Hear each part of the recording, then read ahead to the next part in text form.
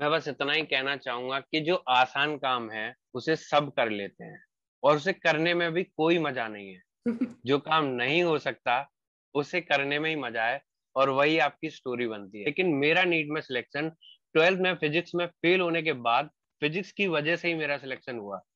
मेरे फिजिक्स में 160 out of 180 marks थे।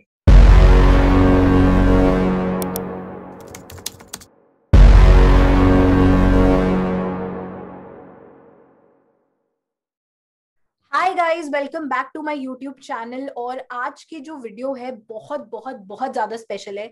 जितने भी लोग आज वीडियो देख रहे होंगे लास्ट तक, आपको खुद में शायद ये यकीन हो जाएगा, आपको शायद खुद में कॉन्फिडेंस आ जाएगा कि अगर ये कर सकते हैं ना तो आप में से कोई भी कर सकता है और आप में से किसी का भी नीट में सिलेक्शन हो सकता है। I can promise you that ये वीडियो आपके लिए लाइफ चेंजिंग हो सकती है। तो मैं आज आपको मिलवाना चाहूंगी प्रभाकर सिंह से, जिनकी स्टोरी कुछ बहुत ही कमाल की रही है और बहुत ज्यादा इंस्पिरेशनल है। ये 12th में इनका जो स्कोर था, इनका जो बोर्ड्स का रिजल्ट था, उसमें ये फिजिक्स में फेल हो गए थे।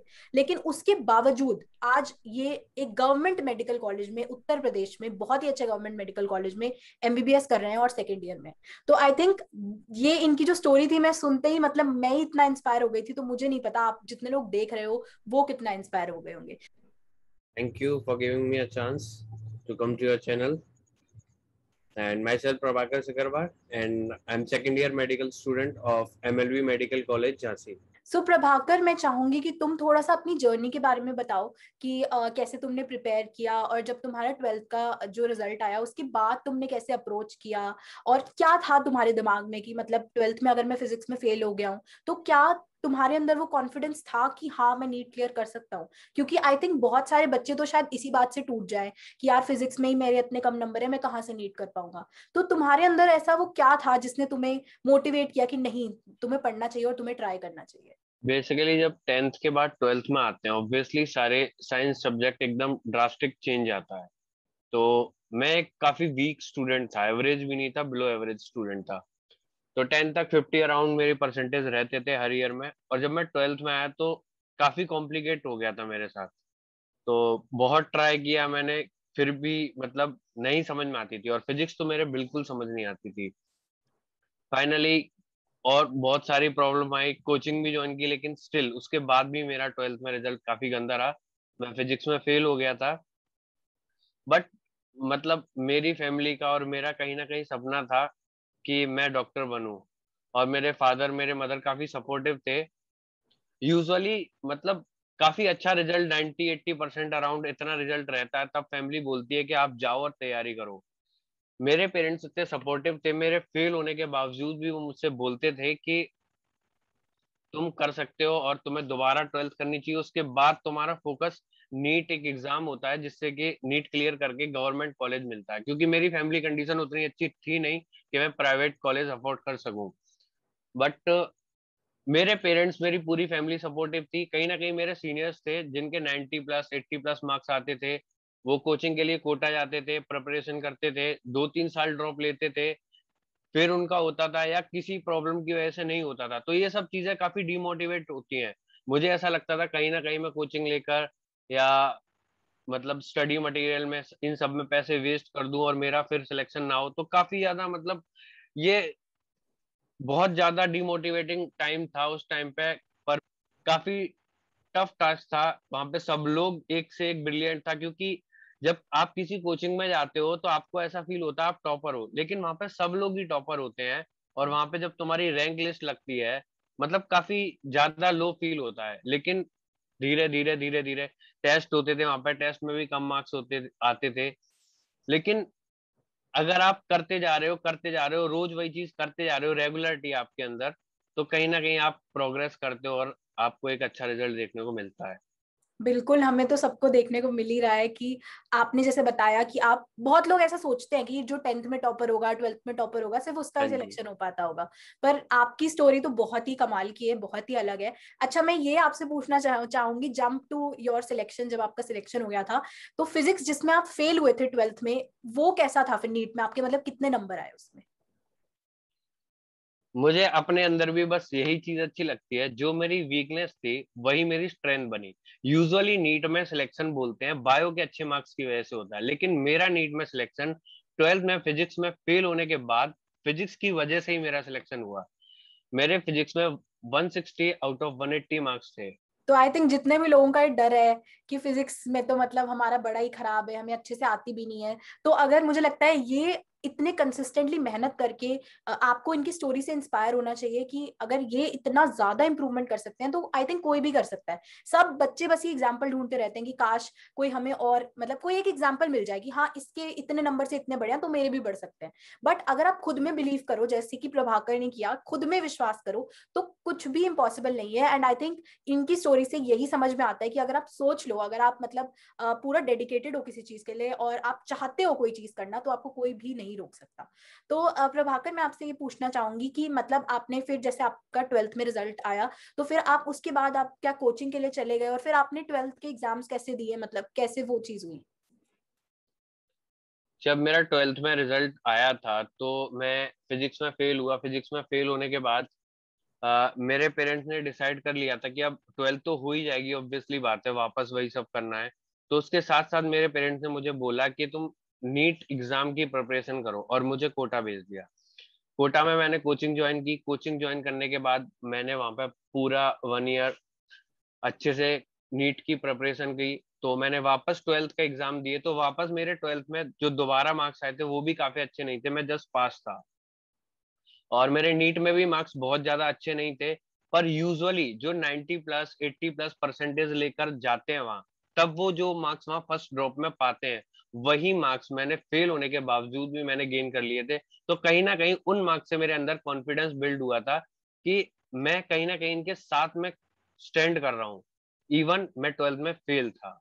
तो लगभग तुम्हारे और मतलब कि क्या स्कोर रहा था जब तुमने मेरा फर्स्ट ड्रॉप में अराउंड 400 स्कोर था।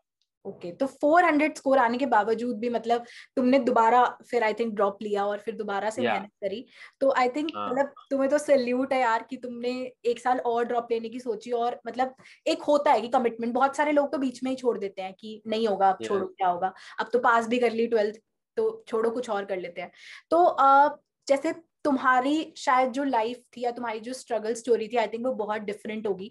तो तुम्हें कभी ऐसा हुआ कि मतलब किसी दोस्त ने या किसी और ने किसी तुम कुछ आके तुम्हें बोला हो या तुम्हें जज किया हो कि तेरा कैसे हो जाएगा, और तेरे तो 12th में भी तू फिजिक्स में कुछ नहीं कर पाया तो तेरा नीट में कैसे होगा? तो वो चीज तुम्हारे साथ हुई और तुमने उसे कैसे टैकल किया? मेरे साथ तो काफी कुछ हुआ। मतलब स्टूडेंट के साथ होता है, वो स्टूडेंट मन में समझा लेता है अपने आप को, वहां तक तो बात ठीक थी। ये सब मेरे पेरेंट्स के साथ भी हुआ था। जहाँ पे हम रहते थे वहां के आसपास वाले लोग, मतलब हमारी इकोनॉमी कंडीशन उतनी अच्छी नहीं थी। तो मतलब मेरे फादर से भी जो उनके फ्रेंड थे वो बोलते थे आप इस पे इतना पैसा क्यों वेस्ट कर रहे हो, इससे अच्छा है इन पैसों का इसका कोई बिजनेस खोल दो ताकि कुछ कर पाए आगे। अब इन पैसों से आप इसको कोचिंग करा रहे हो एंड ऑल, उसके बाद भी इसका सिलेक्शन नहीं हुआ तो, और 12th में भी इसके अच्छे मार्क्स नहीं है, तो मतलब ये किसी काम का नहीं रहेगा। इससे बेटर तो आप इसके लिए कोई बिजनेस खोल दो या कुछ भी, मतलब। तो पापा भी काफी ज्यादा मतलब ऐसा फील करते थे कहीं इनकी बात सच हो गई तो मैं क्या कैसे फेस करूंगा। तो फिर बट कहीं ना कहीं पापा को विश्वास था मेरे ऊपर। और मुझे भी जब फर्स्ट ड्रॉप में मेरे 400 मार्क्स आए थे, तब कहीं ना कहीं मैं भी अंदर से स्ट्रांग हो गया था। जब फर्स्ट ड्रॉप के लिए मैं गया था कोचिंग में, तब मैं बहुत वीक था कि क्या होता है क्या नहीं होता। लेकिन जब मैंने मेहनत की, काफी ज्यादा मेहनत की, तो मैंने देखा कि जो यूजुअल मार्क्स होते हैं लोगों के फर्स्ट ड्रॉप में जब जाते हैं लोग, वही मार्क्स मेरे थे। ये यूजुअल मार्क्स होते हैं, एवरेज मार्क्स होते हैं। तो उतने ही मार्क्स मेरे आते, तो मुझे काफी कॉन्फिडेंस फील हुआ था कि हाँ भाई मतलब ठीक चल रहे हो आप। और ये तो कुछ नहीं था, जस्ट थोड़ा बहुत था, अगर और मेहनत करेंगे तो काफी अच्छा गेन कर सकते हैं। मेजर स्टार्ट हुए थे तब मेरे मार्क्स फर्स्ट मेजर में, मेजर टेस्ट का मतलब होता है कि आपके पूरा सिलेबस कंप्लीट हो चुका है और टेस्ट सीरीज स्टार्ट हो चुकी है। तो फर्स्ट मेजर टेस्ट में मेरे 300 अराउंड मार्क्स थे। तब भी काफी डिमोटिवेटिंग साउंड थे ये मार्क्स, क्योंकि आपके नीट में 400 मार्क्स हैं और आपके टेस्ट में 300 मार्क्स आ रहे हैं सेकंड ड्रॉप में, तो काफी डिमोटिवेटिंग होता है। कब मतलब एकदम आदमी घबरा जाता है कि अब मैं क्या करूं, कैसे करूं। और मेरी तो सब कुछ वही था कि मेरे को सिलेक्शन लेना है कुछ, क्योंकि और कोई मेरे पास ऑप्शन था ही नहीं। तो बट एक दो मंथ में धीरे धीरे जो लास्ट मंथ होते हैं ना नीट के, जैसे कि अब जो टाइम पीरियड आ रहा है, तो इसी टाइम पे जो मेहनत करते हैं ना, वही लास्ट में सिलेक्ट होते हैं। नो मैटर आपने अब तक कितनी मेहनत की है, इसके बाद अब अगर आप नहीं पढ़ोगे तो देर इज नो मैटर कि अब तक आपने कितनी भी मेहनत की हो। और इस टाइम में अगर अभी तक भी किसी ने मेहनत नहीं की है या नहीं अच्छे से पढ़ाई की है, अब भी कोई भी जग जाता है और अभी भी पढ़ना अच्छे से स्टार्ट कर देता है, तो मेरा ये मानना है अभी भी कुछ नहीं बिगड़ा है। आई थिंक बहुत ही ज्यादा अच्छी इन्होंने बात कही है। बहुत बच्चे ये सोचते हैं कि अब तो 2 महीने पड़े हैं, अब कैसे हो जाएगा। बट अगर आप खुद में बिलीव करो ना, तो कुछ भी ऐसा नहीं है जो इम्पॉसिबल हो। इन्होंने बताया कि जब इनका सेकंड ड्रॉप था, उसके बावजूद इनके कुछ फुल सिलेबस टेस्ट में या कुछ मेजर टेस्ट में इनके नंबर 300 आ रहे थे, फिर भी उस साल ही इनका सिलेक्शन हुआ। इसीलिए हुआ क्योंकि इन्होंने हार नहीं मानी। अगर ये उस टाइम सोच लेते कि यार अब नहीं होगा मुझसे और छोड़ देते, तो शायद ये आज यहाँ होते ही ना जहाँ पे हैं। तो आई थिंक सबसे इंपॉर्टेंट चीज जो हमें सीखनी चाहिए वो ये है, चाहे कोई कुछ भी कहे, जैसे इनके पेरेंट्स को कहा, इन्हें जज किया, लेकिन इन्होंने कभी उस चीज को दिल पे नहीं लगाया और खुद को इफेक्ट नहीं होने दिया। तो कितना भी कोई बुरा बोल लिया, आपका रिजल्ट मैटर करता है। एंड आई थिंक जब आपका रिजल्ट आया होगा तो बहुत सारे लोग शॉक हो गए होंगे और बहुत सारे लोग सरप्राइज में चले गए होंगे, कि मतलब सरप्राइज हो गए होंगे कि आपका इतना अच्छा रिजल्ट आया। तो मतलब आपको तो बहुत कैसा लगा फिर आपको जब फाइनली आपका एडमिशन हुआ? काफी अच्छा टाइम था, रात के 2 बज रहे थे जिस 2019 में जब मैं सिलेक्ट हुआ था, उस टाइम पे जो कोचिंग की रिलीज करती हूँ वो लेट हुई थी। हम्म। तो रात को लगभग 1:30-2 बज रहे थे, तो और दूसरों का तो क्या बताऊं, मैं खुद शौक था। मतलब मेरे को खुद ऐसा लग रहा था ये कैसे हो गया, इतने अच्छे मार्क्स और इतने अच्छा मार्क्स से ही ये पता चल गया था कि कॉलेज अच्छा मिल जाएगा। हम्म। तो वो तो मतलब भूल ही नहीं सकता मैं लाइफ में। 8th मई, मतलब ऐसे अभी भी पलक झपकती है तो वही टाइम याद आता है। वो लाइफ डिसाइडिंग टाइम था, और ये सबके साथ हो सकता है। अगर कोई भी कभी भी 1-2 महीने लगातार ठीक से अच्छे से पढ़ाई कर ले, तो बहुत छोटा सा सिलेबस है मुझे लगता है 11th और 12th का, क्योंकि जब मैंने फेल होके कवर कर लिया, तो आप तो इतने ब्रिलियंट स्टूडेंट हो, आप भी कर सकते हो। बहुत ही अच्छी, मतलब मैं खुद बताऊं, मुझे इनका सुन के इतनी स्टोरी मैं इंस्पायर हो गई हूँ। तो पता नहीं आप लोगों के साथ तो मतलब आपको तो कितना ज्यादा ही मोटिवेटिंग लगेगा। मेरा एक और सवाल है आपसे। जैसे आपने एक बार, मतलब आप 12th में आप फिजिक्स में फेल हुए, फिर आपने 1 साल ड्रॉप लिया और फिर आप दोबारा, आपका नीट में सिलेक्शन नहीं हुआ। तो जब आपने दोबारा ड्रॉप लिया, तो आपके मन में वो फियर ऑफ फेलियर या फिर ये डर कि मैं मतलब नहीं होगा इस साल, वो ऐसा कुछ था? और इससे मतलब आपको कितना इफेक्ट पड़ा? काफी ज्यादा था। One of my best friend, मैं नाम नहीं लूंगा, तो ऐसे ही हम और दोनों साथ में ही पढ़ते थे। तो जब उसका नहीं हुआ तो हम दोनों आपस में ऐसे डिस्कस कर रहे थे। तो वो काफी वेल ऑफ था, उसने प्राइवेट कॉलेज ले लिया इसी डर की वजह से कि उसका अगर नेक्स्ट टाइम नहीं हुआ तो एक ईयर खराब होगा and waste of money. Obviously coaching काफी महंगी होते हैं। तो मुझे काफी डर लग रहा था यार, इसने तो अपना ले लिया प्राइवेट कॉलेज, अब अगर मेरा ड्रॉप लेने के बाद भी नहीं हुआ तो ये डर सबके अंदर होता है। सब हर हर किसी को डर लगता है, नो मैटर आप टॉपर हो कैसे भी हो, आपको डर लगता है। और मैं तो एक फेलियर था, तो मुझे तो बहुत ही ज्यादा डर लग रहा था। काफी बहुत ज्यादा डिमोटिवेटिंग टाइम था। लेकिन कुछ टाइम बाद जब कोचिंग में आप जाते हो, आप एक दूसरे को देखते हो, हर कोई टॉपर आया हुआ होता है वहां पे, सब अच्छा परफॉर्म कर रहे होते हैं, आपको ऐसा लगता है इसका हो जाएगा, मेरा नहीं होगा, ये मुझसे बेटर है। लेकिन कहीं ना कहीं आप अपने अंदर रेगुलरिटी रखते हो, तो सब कुछ आसान हो जाता है और पता भी नहीं चलता, और आप एक बहुत अच्छी जगह बहुत अच्छा रिजल्ट पाते हो। तो अब आप एमबीबीएस कर रहे हैं और आप मतलब अब सेकेंड ईयर में भी आ गए हैं, तो मतलब कैसा लगता है अब कि आप जो आपने सोचा था, जो आपका ड्रीम था और जिसके लिए आपने इतना कुछ सैक्रिफाइस किया है अपनी लाइफ में, इतना कुछ सुना है, इतना कुछ, मतलब आपके आसपास नेगेटिविटी थे, आपको लोग जज करते थे, तो आज आप जहाँ पे हो, आपको यहाँ एमबीबीएस कॉलेज में जाके पढ़ते हो, आप कॉलेज जाते हो, अटेंड करते हो क्लासेस, तो कैसा लगता है? मतलब कैसी होती है वो फीलिंग? काफी अच्छी फीलिंग होती है, मतलब बहुत खुशी होती है हर पल। चेहरे पे पढ़ना उतना ही होता है, पर अब स्ट्रेस नहीं होता है, एकदम फ्री होता है। अब यहाँ कॉलेज में सिलेक्शन होने के बाद अब कोई भी आप कहीं पे भी जाते हो, कोई भी पब्लिक फंक्शन अटेंड करते हो, तो आप एक ये अलग अटेंशन मिलता है आपको ये। और कहीं पे मतलब भी लोग जाते हो आपका मतलब काफी। एग्जाम्पल देते होंगे हर हाँ, जगह आप जहाँ जाते हो, आपके हर पेरेंट्स। जगह हाँ। इसका देखो बिल्कुल ये हमारा लड़का डॉक्टर बनने वाला है, तो वो मैं भी बिल्कुल रिलेट कर पा रही हूँ कि जब आप कहीं भी बिल्कुल। जाते हो, अगर आप एक मेडिकल कॉलेज में हो, आप भले ही डॉक्टर अभी नहीं बने हो, हम्म पर आपके पेरेंट्स सब आपको हम्म डॉक्टर साहब ही कह के बुलाएंगे। तो सब डॉक्टर साहब कह के बुलाते हैं। तो आई थिंक बहुत ही तो मतलब मुझे मजा आया आपके साथ आज इतनी सारी बातें करके। और मैं बिल्कुल श्योर हूँ इस बारे में कि जितने भी लोग ये वीडियो देख रहे हैं, जितने भी व्यूअर्स हैं, वो बहुत बहुत बहुत ज्यादा इंस्पायर हुए होंगे। क्योंकि मैं तो खुद, मेरा सिलेक्शन हो गया, मैं कॉलेज में हूँ, सेकेंड ईयर में हूँ, बट जब मैंने सुना था कि ऐसा भी पॉसिबल है, मैं खुद सोचने में मजबूर हो गई थी कि यार अगर मतलब ये अगर स्टोरी है तो मैं जरूर चाहूंगी कि ये अपनी स्टोरी आके शेयर करें। और इनके एग्जाम्स भी चल रहे थे, फिर भी मैंने इन्होंने कहा कि नहीं, अगर ऐसा कुछ है तो मैं जरूर आऊंगा और मैं जरूर इस टॉपिक पे वीडियो बनाऊंगा।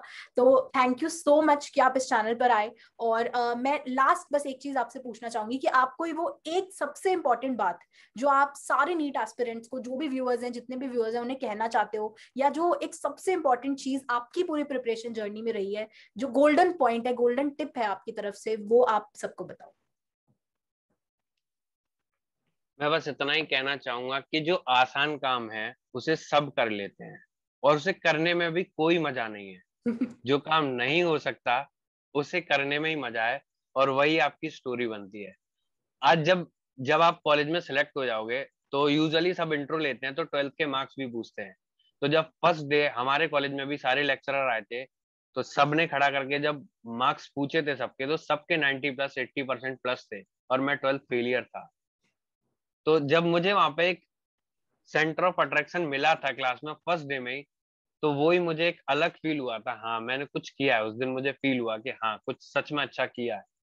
तो जिस काम को करने में जितनी ज्यादा मुश्किलें होती हैं, उस काम को करने में उतना ही ज्यादा मजा आता है। तो I think thank you so much कि आप इस चैनल पे आए। I am really inspired by you. And मैं ट्राई करूंगी आपके एग्जाम्स वगैरह खत्म हो, और अगर बहुत ज्यादा मेरी रिक्वेस्ट आई तो जरूर मैं आपको चैनल पे दोबारा भी लेके आऊंगी, और चीजें शेयर करने के लिए, और ज्यादा मोटिवेट करने के लिए सब लोगों को। Thank you so much. और ऐसे ही और वीडियोस मैं बनाती रहूंगी, आप सबको इंस्पायर करती रहूंगी, और बहुत जल्दी बहुत सारी और ऐसी इंस्पायरिंग स्टोरीज लेके मैं इसी यूट्यूब चैनल पर आने वाली हूँ। तो चैनल को जरूर सब्सक्राइब कर देना, लाइक कर देना वीडियो को, और कमेंट्स में जरूर बताना कि आपको प्रभाकर की सबसे, पूरे वीडियो का सबसे अच्छी चीज क्या लगी, और सबसे इंपॉर्टेंट बात आपको क्या लगी, वो आप कमेंट्स में जरूर बताना, अपने दोस्तों के साथ शेयर कर देना। Stay happy, stay healthy and study smart. Bye bye.